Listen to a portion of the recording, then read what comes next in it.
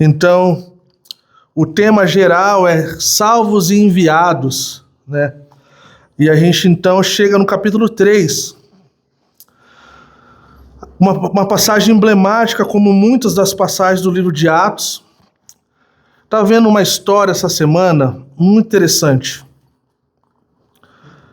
Existe uma cantora chamada Adélia Knox.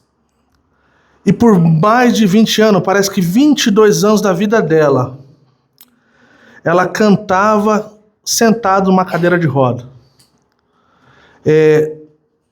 Não lembro exatamente qual o motivo que a colocou nessa situação, mas por 22 anos da vida dela, pessoas empurrando ela, pessoas levando ela para os palcos diferentes, lugares diferentes. Chega um certo dia que ela está diante do Senhor, num culto, e alguém ora por aquela mulher. E ela se levanta da cadeira, ainda com suas pernas atrofiadas, com seus tornozelos atrofiados, talvez tortos. E aí então ela dá os primeiros passos depois de 20 e poucos anos. Aí ela pede ajuda para segurar, para poder apoiar. As forças da perna estavam sendo, voltando. Primeiro ela fala que ela sente a mão dela na perna dela. E aí então ela levanta e ela anda, dá os primeiros passos como se fosse uma criança. E cerca de um mês depois, ela vai no médico, ela procura ajuda depois do mais importante que aconteceu, que é a cura. Então parece que fez alguma fisioterapia. Olha que interessante, como, foi curada e aí faz uma fisioterapia para, talvez para glorificar Deus, na ciência, talvez os médicos ficarem chocados com a história dela. E aí um mês depois ela aparece num palco, talvez no mesmo palco onde ela recebeu aquela oração e Deus a curou. E ela canta e dá testemunho acerca disso. E sabe o que é mais interessante de tudo isso? É a resposta do povo que não crê em Deus. Eles falam assim, ela inventou isso aí. Ela nunca foi paralítica. Ela só fingiu por 22 anos.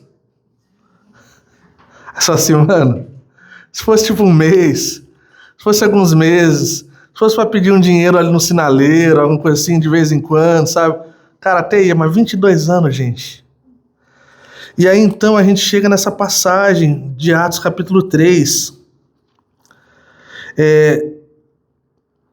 Eu vou ler o primeiro versículo, vamos lá, eu vou ler os 3 primeiros versículos para a gente não ler a passagem toda e ficar muito longo. E aí a gente vai orar. Eu estou usando a NAA, fazer um test drive aqui com a NAA, tá, gente? Vamos ver se eu vou me arrepender ou não. Mas a gente está de NAA hoje. Pedro e João estavam se dirigindo ao templo para a oração das 3 horas da tarde. Estava sendo levado um homem coxo de nascença, que diariamente era colocado à porta do templo, chamado Formosa, para pedir esmolas aos que entravam. Quando ele viu Pedro e João, que iam entrar no templo, pediu que eles dessem uma esmola. Pedro, fitando juntamente com João, disse, olhe para nós. Vamos orar. Senhor, nós já chegamos diante de Ti, Senhor, mais uma vez, Senhor. E obrigado, porque a Sua palavra já está sendo proclamada desde o começo do culto e vai continuar até o final, Senhor. E essa é uma coisa incrível, Senhor. Eu oro para que o Senhor nos dê ouvidos para ouvir o que o Espírito quer dizer, Senhor, à sua igreja, Senhor.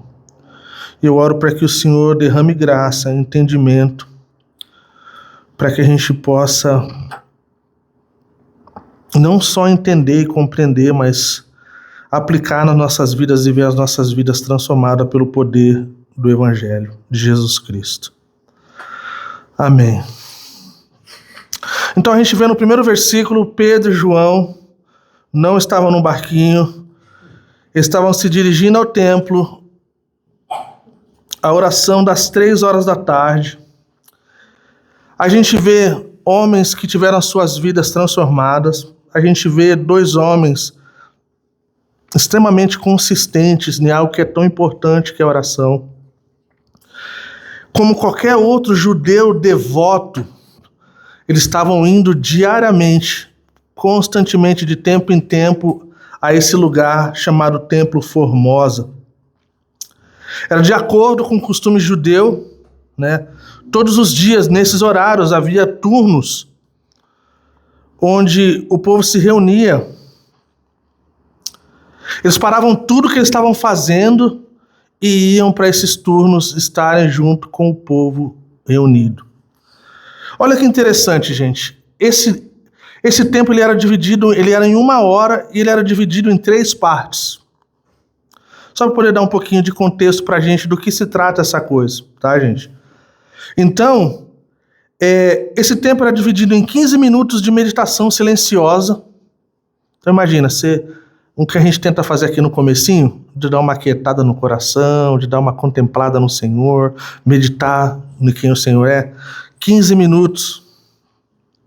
Depois eles tinham 30 minutos de petição, de pedir, de colocar as suas coisas diante do Senhor. E depois eles fechavam com 15 minutos de adoração. Nesses 15 minutos de adoração, as preocupações, elas se passavam, porque elas não são um problema para o Senhor. Então isso se tornava no grande gratidão e louvor de todo o coração, um coração que transborda de gratidão, porque o nosso coração já foi derramado diante do Senhor. Uma coisa interessante é que isso aqui é um padrão muito bom de ser seguido. Nós não somos judeus nem judaizantes, né? Nós não usamos palavra em hebraico no nosso dia a dia, nem durante o louvor. Raramente, talvez, em alguma ocasião, não vou atirar nenhuma pedra ou nem cuspir para cima, vai que, né? Mas a gente não faz isso, a gente não toca shofar, tá? Mas isso aqui é um padrão importante, gente. Imagina se de tempo em tempo, seja como for, essa ideia de 3 partes. Podemos ir diante do Senhor. Num mundo tão agitado como esse, gente, talvez, não sei você, para alguns que são mais agitados como eu, 15 minutos pode parecer uma eternidade. Mas é uma coisa incrível poder parar por um tempo diante de tantas vozes, né, que a gente tem ouvido, tantos gritos e tantas coisas ao redor para tirar a nossa atenção. Uma outra coisa interessante, no meio carismático, mais extremo, tem aquela coisa assim, eu não vim te pedir nada, Senhor, eu só vim aqui para estar com você. E a gente vê aqui que o povo está meia hora pedindo. É que Deus não se importa com isso, essa é a verdade. Porque o pedir tem a ver com confiar nele. Porque o pedir tem a ver com a nossa relação com ele. E ele é um Deus tão bom que ele preza pelas coisas que nós pedimos e pensamos. Coisas que talvez são insignificantes para a gente. Mas para o Senhor ele é tão bom. Para aqueles que são pais e mães, tanta coisa bobinha para os nossos filhos. Mas nós queremos dar com alegria, nós queremos ouvi-lo. Sabe quando eles vêm com desenho sem nexo nenhum, e eles vêm mostrando como se fosse uma pintura incrível, e você fala assim, nossa, que lindo, que coisa incrível. Por quê? Não é que você está mentindo, é porque diante da beleza daquela coisa, é incrível. E aí então, o nosso coração ele é tomado de gratidão e transborda de gratidão. E essa é uma coisa poderosa, gente. Alguém disse no passado que as canções mais doces que nós entoamos e cantamos através da história do mundo não vieram de dias incríveis e felizes. São de dias difíceis e terríveis. Então, pensar nisso depois de pedir, de ter esse tempo de petição, é uma forma de uma declaração de confiança em quem Deus é e de que Ele faz. Então a gente vê o livro de 1 Pedro, ali no primeiro capítulo, a diáspora, o povo de Deus espalhado por causa da perseguição. E Pedro começa assim, bendito seja o Deus e Pai do nosso Senhor Jesus Cristo, que nos abençoou, que nos salvou, nos redimiu, há uma esperança viva guardada nos céus. Gente, isso é loucura. O povo estava morrendo, o povo estava sofrendo, estava sendo perseguido. Então é nesse tom que a gente começa esse capítulo. Alguns detalhes aqui que é dado, então, que era uma prática de Pedro e João e dos outro pessoal, o povo de Deus que se reunia todos os dias, 2, 3 vezes ao dia. Existe uma grande chance daquele homem estar todos os dias naquele lugar. Existe uma grande chance que os discípulos talvez já até conheciam o nome dele, já sabia quem ele era. E como faltava recurso naquela época, fala que estava sendo levado um homem, alguém levou aquele homem, alguém levava ele porque ele não tinha condições de chegar. E aí então algo diferente acontece. A primeira coisa que a gente percebe, como eu falei, que há uma consistência. Esses dois, Pedro e João, eles estavam lá constantemente. O segundo ponto, eles são pessoas extremamente sensíveis. Sensíveis o quê? Sensíveis ao que Deus está querendo fazer. Eles andaram com Jesus por 3 anos e meio e eles viram em muitas ocasiões que eu consigo imaginar de forma incrível, lidando com algumas questões, e Jesus fala assim, não. Quando Pedro arranca a orelha do guarda lá, e Jesus vai lá e fala, não é assim não. Ele vai lá e cola. Quando os discípulos queriam tirar as crianças que deviam estar perturbando a hora da reunião lá deles, e aí Jesus fala, não, deixa eles virem até mim. E tantas coisas, porque Jesus ele sempre foi sensível de coração. E aí, a gente vê isso acontecendo aqui, essa constância, como a gente vê essa sensibilidade? A palavra na NAA fala fitando. Como é que fala na NVI? No versículo 4. Pedro, fitando juntamente com João, disse, antes do olhe para nós. Olharam bem, fitando, prestaram atenção, perceberam, estava lá alguém em sofrimento, alguém rejeitado pela sociedade, alguém que sofria de um mal terrível. Então isso mostra a sensibilidade, isso mostra que eles tinham, que algo diferente estava acontecendo naquele dia, naquela hora. E isso é uma coisa incrível, porque a gente constantemente está vendo a dor do mundo. Mas tem horas que isso toma uma forma diferente. E aí então, algo singular acontece. Ele fala, olha para nós.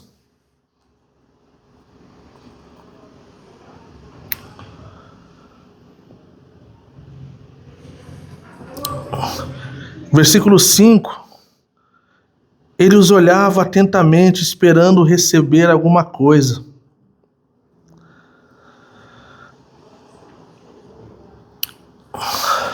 É interessante, gente, como o cristianismo, a igreja cristã evangélica, sofre perseguição, seja como for, desde o começo da história. O evangelho é banalizado, é desrespeitado, mas existe uma coisa incrível para o não crente e para o mundo. Eles esperam algo do povo de Deus. Eles esperam algo da comunidade cristã. E sabe por que isso, gente? É porque a gente não está aqui no meu nome. Porque a gente não está aqui no seu nome. Eles pensam que Cristo faria algo diferente. E fez. E faz. Então é esperado que alguém faça alguma coisa. E a comunidade cristã é esse lugar. O povo de Deus é esse lugar. É muito interessante ver como eles esperam algo. Porque Cristo faria.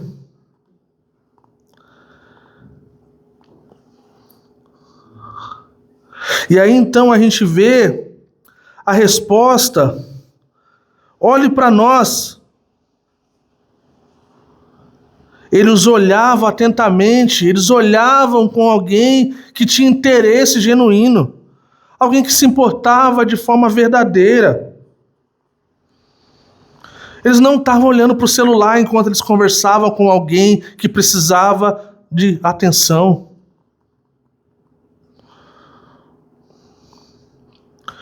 Fala que ele estava esperando receber alguma coisa, porém, Pedro, porém, lhe disse. Antes de nós seguirmos, a gente viu que Pedro e João demonstram uma constância importante, uma sensibilidade importante. A gente vai ver que também demonstra essa sensibilidade, a constância, a sensibilidade, a gente vai ver já já a autoridade, mas eles demonstram uma flexibilidade, gente. Sabe quando você está assim, eu vou fazer uma coisa para o Senhor, e alguma coisa então nos interrompe? Talvez nossos filhos, talvez alguma coisa no trabalho, talvez alguma necessidade da casa, talvez alguma coisa que... E a gente precisa parar e ter flexibilidade. Eu falo assim, o meu turno tá marcado para 3 horas da tarde, cara. Valeu, cara, quando eu terminar, eu volto aí, tá? Fica esperando aí. Ou tipo assim, nos vemos amanhã, cara. Hoje eu vou fazer um negócio santo ali, mas eu já volto. Não, eles param, eles dão atenção. Então isso mostra essa flexibilidade. Eles poderiam seguir ocupados, eles poderiam seguir o jogo, mas eles percebem algo que todos nós precisamos aprender como crentes no Senhor, gente. Interrupções, normalmente, podem ser momentos divinos. Pode ser momentos de inspiração divina. Algo que pode ser... Tem dia, gente, que é terrível, não sei vocês, gente. Parece que a gente não acredita num monte de coisa, né? Por assim, praga, coisa do tipo. Mas tem dia que parece que jogaram praga na gente, chutamos, sei lá.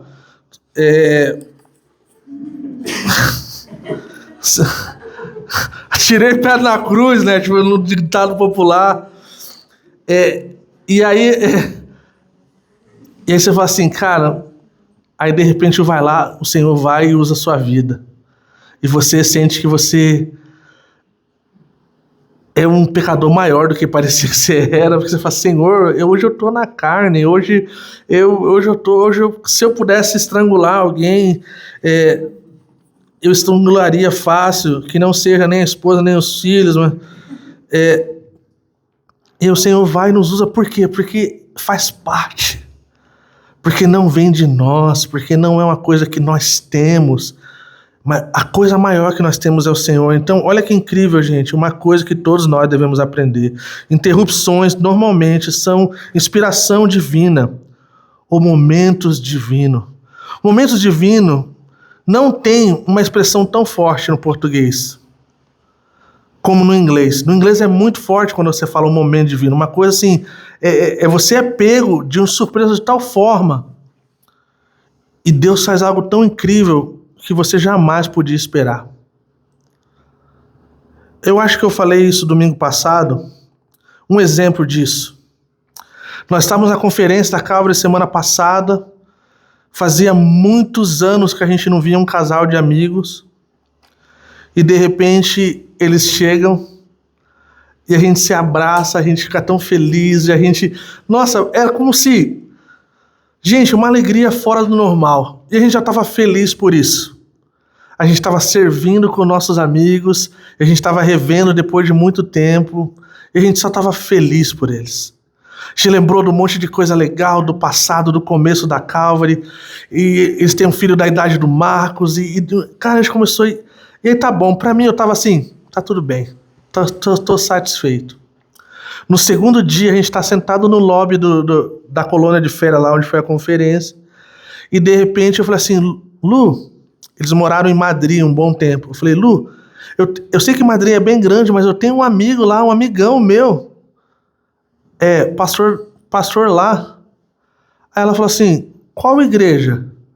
Eu falei, da Calvary Raízes. Aí ela, não, agora já, não, o Esteban é seu amigo? Eu falei, o Esteban é meu amigão, eu tava na Flórida com ele agora. Cara, lágrimas escorreram, gente, de tanta coisa que Deus fez no tempo que eles estavam na Espanha. Deus está despertando o coração deles para voltar para a Europa. E aí então a gente se alegra, gente, foi tomar de um momento divino. No outro dia a gente liga pro Estevão, pra sua esposa, e aí a gente tá na chamada de vídeo e ele estava tipo assim, fala, tipo assim, e aí vocês vão voltar? Não, a gente só queria mostrar o Kaká e a Lilian. E aí então a gente conversa um pouquinho, desliga e isso assim, parece que não tem pra onde correr, parece que o Senhor está nos despertando.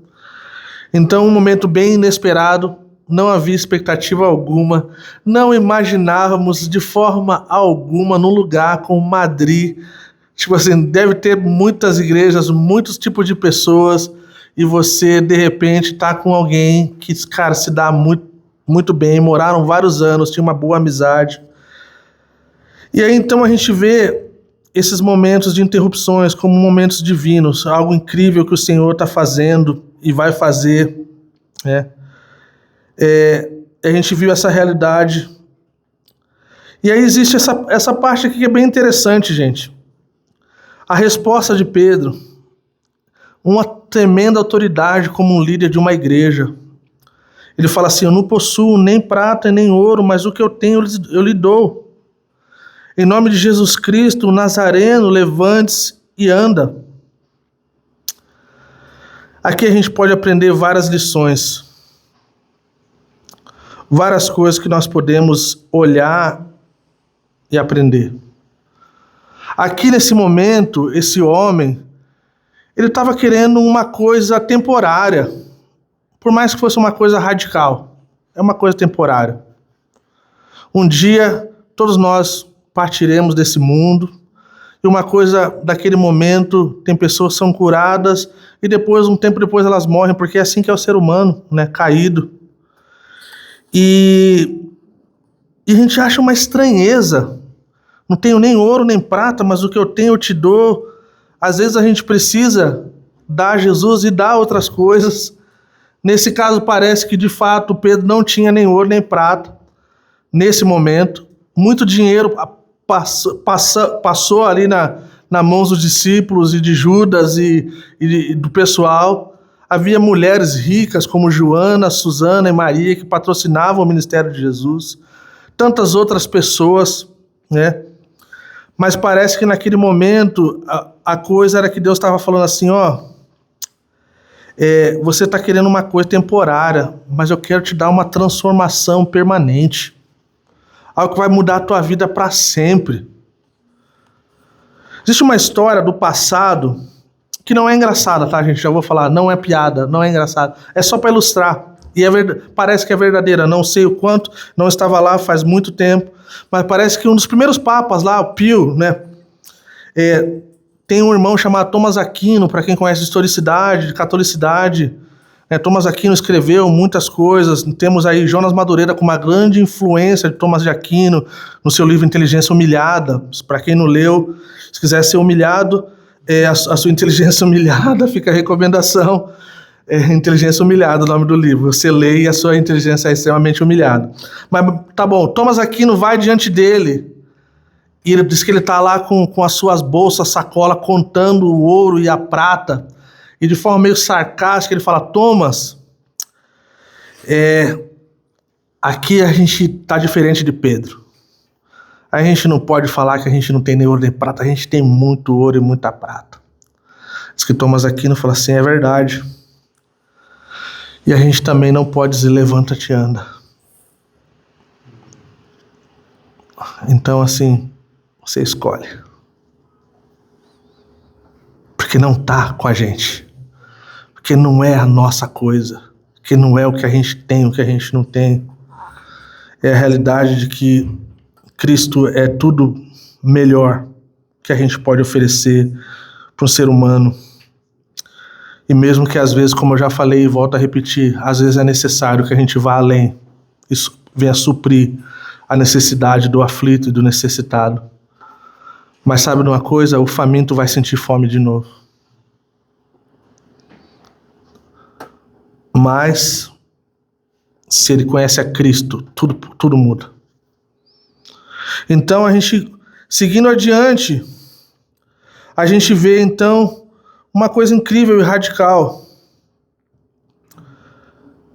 Parece que os discípulos, os apóstolos, tinham como se fosse um sinal verde acerca de coisas miraculosas.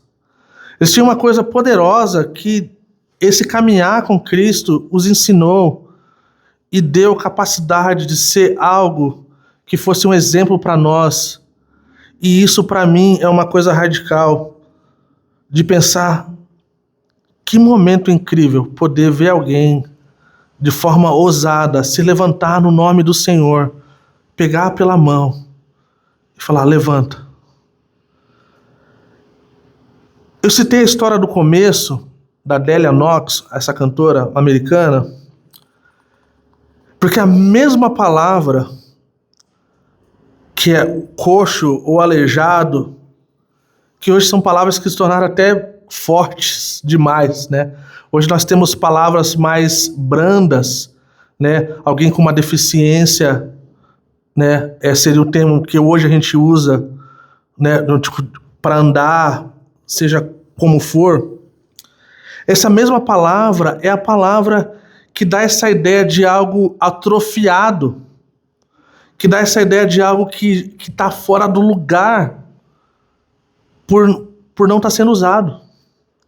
Então, essa ideia, quando você vê o filme de Jesus, ou você assiste o The Chosen, que quando Jesus cura alguém, um paralítico, coisa do tipo, esses primeiros passos é meio capengando, é comprovado cientificamente isso. É essa ideia. E isso acontece com muito mais frequência do que você imagina. Quando você tem uma fratura, por exemplo, no seu punho e você coloca gesso, se você ficar alguns meses de gesso devido à fratura, você vai ter que fazer fisioterapia para mexer, porque vai estar duro. Quando faz cirurgia, então, leva mais tempo ainda. Cara, requer, o seu braço vai ser esticado, o seu punho vai ser mexido e vai doer, né? Então, essa mesma ideia. Então, ele pega, diante dessa situação, né, esses tornozelos, né, que são atrofiados de forma permanente, né, nesse caso aqui de nascença. Então, gente, é uma coisa terrível, gente. Uma coisa terrível. Imagina, desde criancinha, gente, alguém que era incapaz de andar. Alguém que desde criança cresceu sendo rejeitado pela sociedade.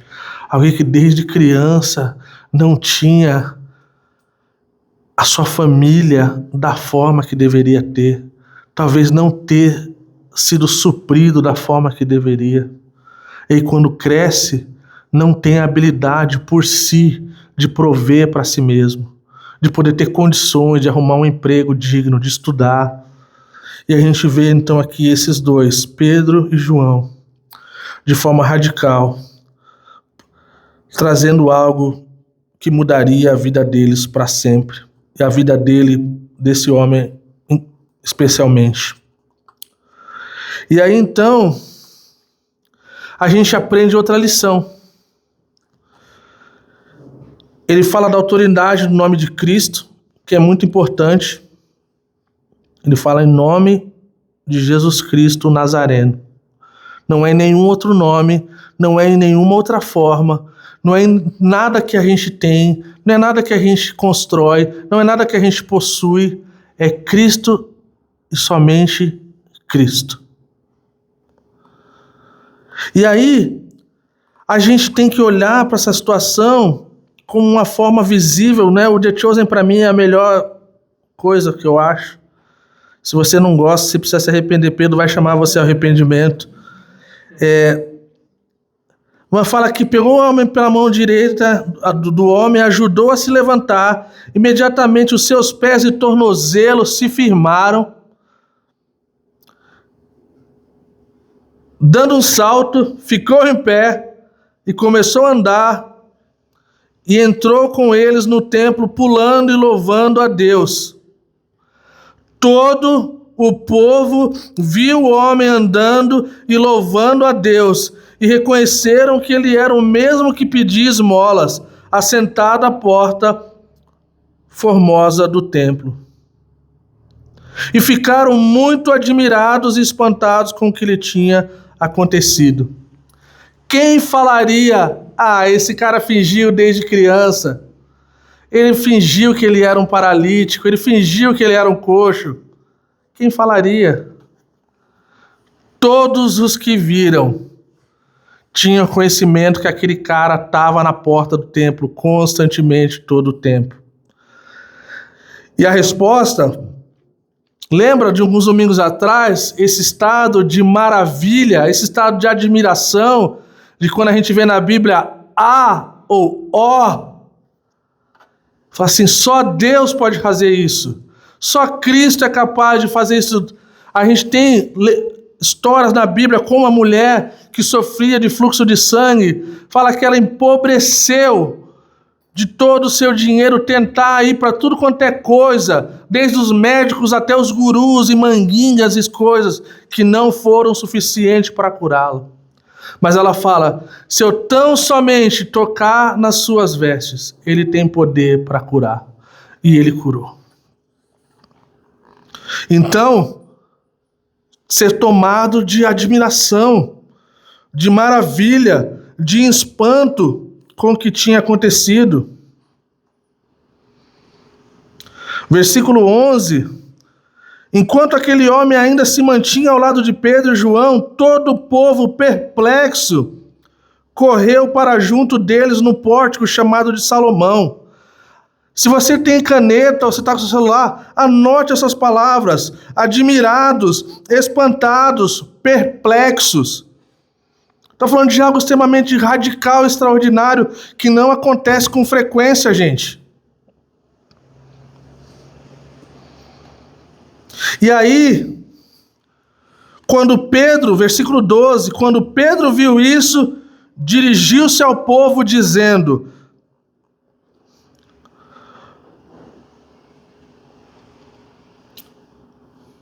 Pedro poderia ter aproveitado, se o seu coração fosse um pouquinho peludo e tivesse um pouquinho fora do lugar. Agora é a hora que a maioria dos pastores e pregadores estavam esperando. É hora de chamar toda a equipe visual. Cara, é a hora do social media, é a hora do fotógrafo, do filmmaker chegar, porque agora, tipo assim, eu vou mostrar pra vocês, a gente já gravou um workshop, 5 passos para curar o cara lá na frente do pórtico de salão, lá do Templo Formosa, e agora a gente vai ensinar você você vai ativar, nós vamos ativar você.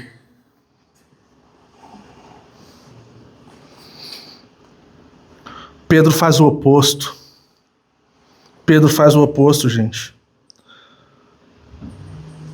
Poderia falar, venham para a campanha do apóstolo Pedrão. Aquele que ouviu o galo cantar, mas agora está curando a milhão. Está voando.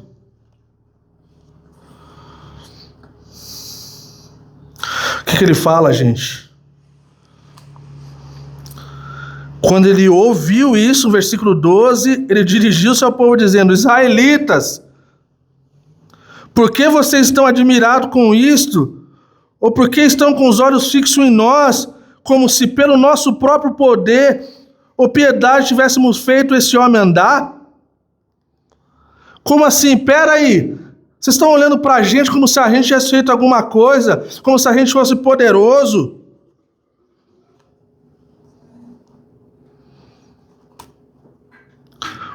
Uma aplicação. Quando você for num culto, numa conferência, em qualquer lugar, onde o dom dos homens e o nome dos homens transparece mais, é mais falado do que o nome de Cristo e a presença de Cristo manifesta, tome cuidado. Talvez você está num lugar onde Cristo não é o centro daquilo. Ele não é aquele que está recebendo a glória. A pessoa própria está recebendo a glória. A pessoa própria está se mostrando. E a gente vê, gente, venha para a conferência tal, porque o fulano de tal vai vir, ele é extremamente poderoso. Não existe essa coisa, gente. Não existe essa coisa. Por mais que tentam emplacar de qualquer outra forma. Sabe por quê? Porque nós não fomos feitos para recebermos glória, gente. Nós somos criados para dar glória, né? Na confissão de Westminster fala que para que nós somos criados? Nós somos criados para a glória de Deus e para o seu gozo eterno. E quando isso é revertido, é trocado, nós podemos estar lutando com Deus. E se nós lutarmos com Deus, nós vamos perder. Lá Isaías fala que Deus não divide a sua glória com ninguém. Com ninguém Deus divide a sua glória. Porque Ele é o único. Ele é o único Criador. Ele é o único Senhor dos senhores. Ele é o único Rei dos reis. Ele é o único que é aquele que governa sobre tudo e sobre todos. Ele é o único que todo joelho se dobrará. Ele é o único que toda língua confessará que Ele é o Senhor, o Cristo, o Salvador do mundo. Então, a gente vê essa coisa incrível. E Pedro chamando a atenção para o que é correto. Quando Deus nos usa, gente, e essa é uma coisa tentadora para nós. Quando Deus nos usa, sempre vai ter alguém nos elogiando, falando coisas. E se a gente levar isso para o coração, isso vai nos mostrar que a gente tem alguma coisa diferente, que a gente é mais especial do que a gente deveria ser, que a gente tem algum dom que é magnífico e que sobressai sobre os outros, cara. Eu aprendi com o meu pastor, quando uma pessoa nos elogia, a gente não precisa ser estranho. A gente fala, obrigado, valeu, e segue. Sabe quando tenta uma humildade falsa, assim, a falsa humildade? Fala, não, é só Jesus. Eu acho assim, não, eu tô ligado, não é só Jesus, não. Isso aqui eu me garanto. Isso aqui o pai leva, isso aí é... O pessoal estava admirado, perplexos, maravilhados. É uma receita para uma queda de um pastor e de um pregador. E graças a Deus que ele vai para o lado oposto, sendo um grande exemplo para a gente. Porque senão ele estaria em perigo. Estaria em grande perigo. Porque ele não queria ser o poderoso, porque só tem um poderoso. Ele não queria ser o melhor, porque só tem um que é melhor. Ele não queria ser o bom, porque só tem um que é bom. E na verdade, aquele que, além de curar, ele oferecia a vida. Ele estava dando vida. Ele deu a sua vida e ele oferece vida. De forma incrível. E aí então Pedro agora, ele torna o modus pregador de rua. Ele começa de forma bem direta. Versículo 13. O Deus de Abraão, o Deus de Isaque e o Deus de Jacó, o Deus dos nossos pais, glorificou o seu servo Jesus, a quem vocês traíram e negaram diante de Pilatos, quando este já havia decidido soltá-lo. Então ele está falando assim, o Deus que vocês conhecem, o Deus dos seus antepassados, o Deus dos nossos pais, do Abraão, Isaque e Jacó, esse mesmo, ele está exaltando o seu filho. E Cristo, então, ele ganha proeminência na pregação. E por isso que Cristo merece a proeminência na pregação, no louvor, na comunhão dos santos. Então ele fala, o seu servo Jesus, ele poderia passar despercebido nisso se ele quiser só ir adiante com Deus. Mas ele tinha um foco aqui, o foco era exaltar Cristo. Ele está falando assim, que vocês assassinaram a quem o Deus dos seus antepassados enviou, a quem os profetas falaram 600 anos antes disso acontecer. E vocês o assassinaram. E quando vocês tiveram a oportunidade, quando Pilatos lavou as suas mãos e te deu uma oportunidade de você escolher entre um assassino, Barrabás, entre Jesus Cristo, o Messias, vocês escolheram Barrabás. Isso está na mão de vocês. É isso que ele está falando. O sangue do Senhor está sobre vocês. Mas vocês... E ele fala, quando esse já havia decidido soltá-lo, Pilatos queria soltar Jesus. Pilatos teve uma experiência com Cristo incrível, de entender que ele não era o governador que estava mandando o Filho de Deus para a cruz. E Cristo fala assim, se não fosse meu Pai, você não me enviaria. Eu tô indo porque o meu Pai me enviou. Vocês negaram o santo e o justo e pediram que fosse solto um assassino. Vocês mataram o autor da vida. Vocês mataram aquele que veio para dar vida para vocês. E ele experimentou a morte.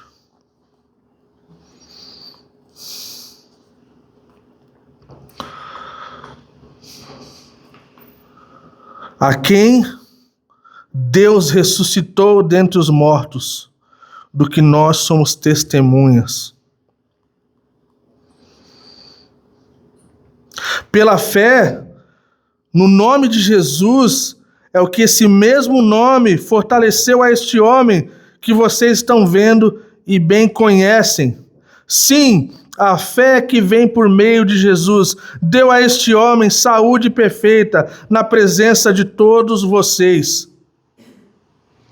E agora, irmãos, eu sei que vocês fizeram por ignorância, como também as suas autoridades o fizeram.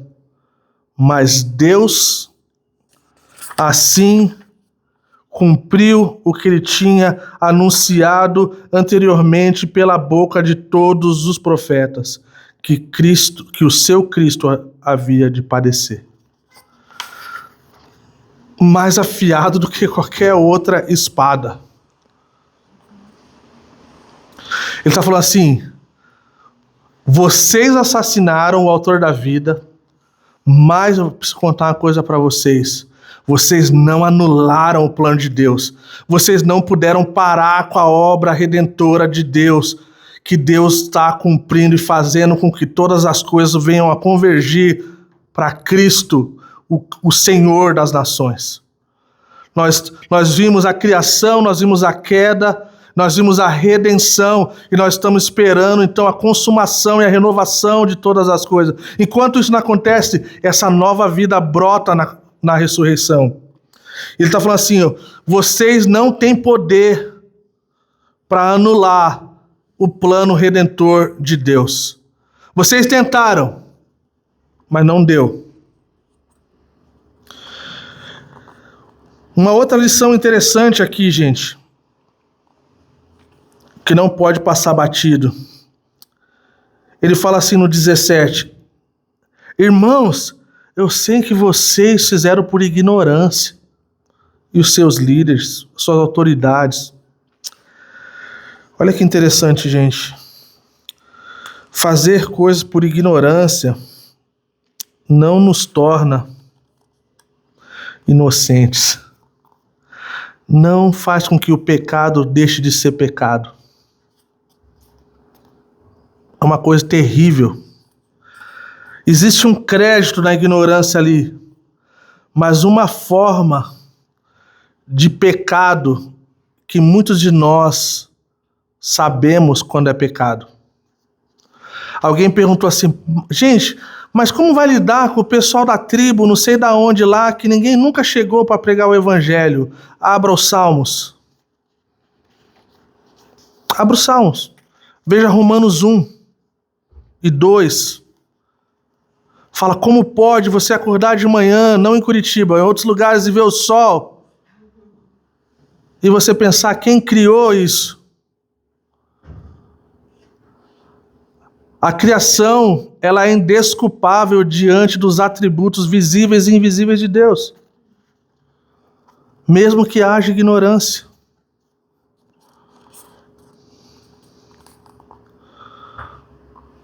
Os profetas falaram disso e se cumpriu exatamente como foi falado. Mas sabe uma coisa, indo para a parte final, sabe uma coisa incrível, gente? Diferente desse pregador de rua que Pedro entrou nesse modus. Ele é duro, ele é direto. Mas essa ideia de mostrar, de chamá-los de irmãos, de falar da ignorância, ele está abrindo uma porta para o que viria de mais importante na sua pregação.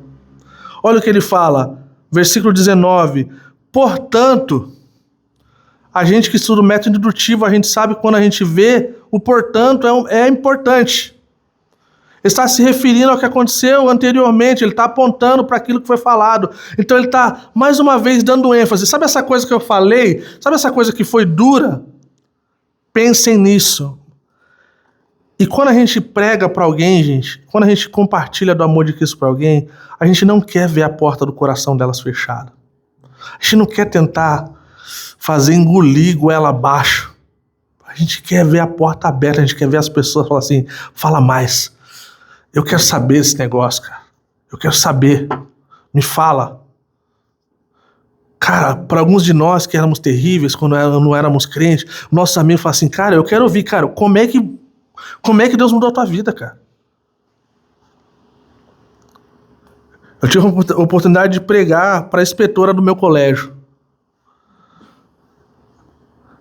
E ela falou para mim assim, eu fui lá falar com ela, a gente estava pregando o evangelho com uma equipe lá da Noruega, e eu fui falar assim, oi, tudo bem? Eu falei assim, cara, eu queria te pedir perdão. Eu vi um menino te desrespeitando. Cara, e eu me vi naquele negócio, cara.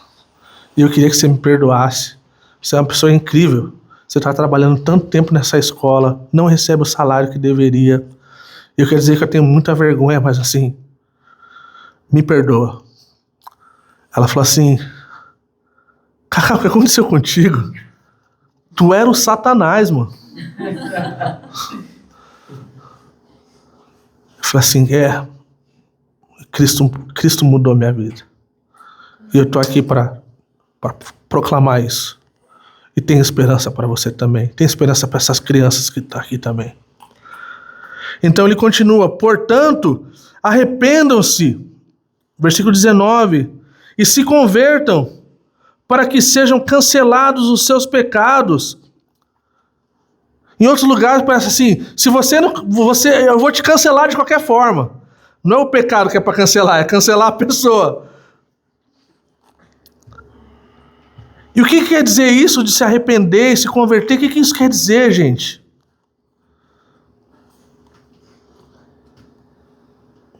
Isso quer dizer que nós estávamos numa direção destrutiva, que nos levaria para lugares errados, à destruição, sem Deus. E aí então nós nos voltamos, e nós mudamos de direção, e nós então entramos no caminho correto, que é Cristo. Então assim, vocês têm isso aqui, vocês precisam mudar.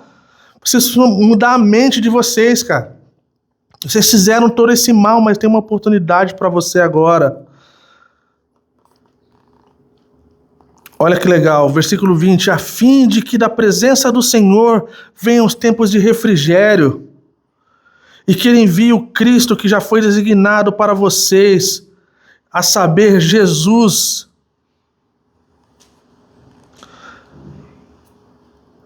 A gente vê, gente,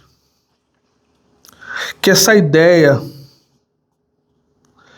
de termos o Senhor, de termos as Sagradas Escrituras, de termos a comunhão dos santos, gente, nos leva a lugares de refrigério.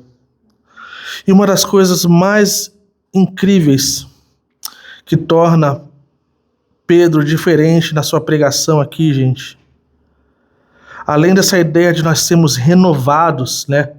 Essa ideia de nós sermos renovados, tempos de renovação, um novo tempo.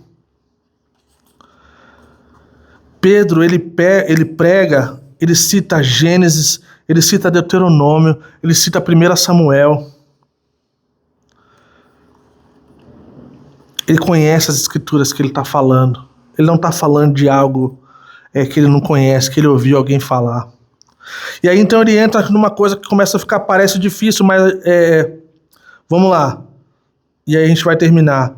Ao qual é necessário que o receba até os tempos da restauração de todas as coisas, de que Deus falou por boca dos seus santos profetas desde a antiguidade. Porque Moisés disse, o Senhor Deus fará com que do meio dos irmãos de vocês se levante um profeta semelhante a mim. vocês ouvirão em tudo o que lhe disser. Quem não der ouvidos a esse profeta será exterminado no meio do povo. E todos os profetas, a começar com Samuel, assim como todos os que falaram depois dele, também anunciaram esses dias. Vocês são os filhos dos profetas e da aliança que Deus estabeleceu com os pais de vocês, dizendo a Abraão: na sua descendência serão abençoadas todas as nações da terra. Tendo Deus ressuscitado o seu servo, enviou primeiramente a vocês para abençoá-los, no sentido de que cada um abandone as suas maldades. Conversão, arrependimento, larguem das suas maldades, largue das coisas erradas, larguem da vida que você estava levando sem Deus e agora viva como alguém que tem Deus. E eu termino, gente, dizendo dos benefícios que é nós termos o Senhor como nosso Senhor. Nós podemos olhar de forma diferente para essa vida e nós não sofremos, nós não padecemos como aqueles que não têm esperança. E sabe uma coisa incrível que eu quero, se eu puder, mexer com o seu coração e com o meu, é acerca das Sagradas Escrituras.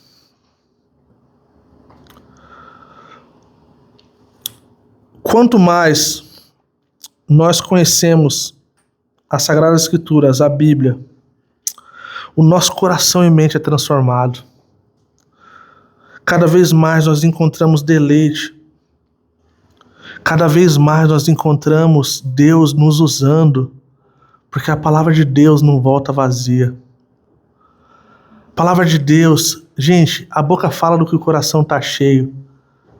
Quando o nosso coração está cheio da Bíblia, está cheio das coisas de Jesus, isso vai transbordar de uma forma.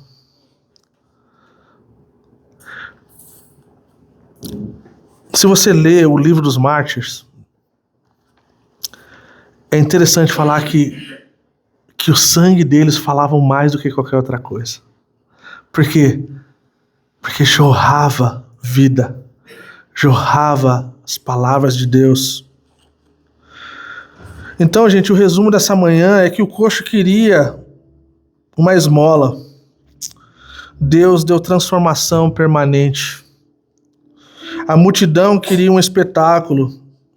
Deus trouxe arrependimento. A igreja não tinha prata nem ouro, mas tinha poder no Espírito. A pergunta que não quer calar para nós: o que nós temos para oferecer? O que nós temos para oferecer? Vamos orar.